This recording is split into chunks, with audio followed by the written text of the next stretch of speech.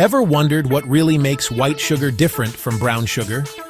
They look similar, taste sweet, and both come from the same plants, sugarcane or sugar beet. But the difference goes deeper than color. Both white and brown sugar start the same way. Juice is extracted from sugarcane or sugar beets, then boiled and crystallized to form raw sugar. Here's where the split happens. White sugar is refined further to remove all molasses. Brown sugar either keeps some molasses or has it added back later, giving it its color, texture, and richer taste. White sugar tastes cleaner and sweeter. Brown sugar has a hint of caramel and feels heavier because of the molasses.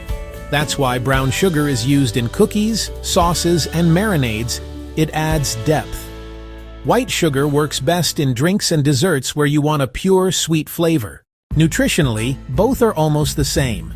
Brown sugar has tiny traces of calcium, potassium, and iron, but not enough to matter. Calorie-wise, nearly identical. So, is brown sugar healthier? Not really. Both are forms of sucrose, and too much can cause blood sugar spikes or weight gain. The key is moderation, whichever you prefer. Fun fact, light brown sugar has about 3.5% molasses, while dark brown has around 6.5%. And did you know, you can make brown sugar at home. Just mix white sugar with a bit of molasses. So next time you bake or sweeten your coffee, you'll know. White sugar gives clarity. Brown sugar gives character. Which one's your favorite?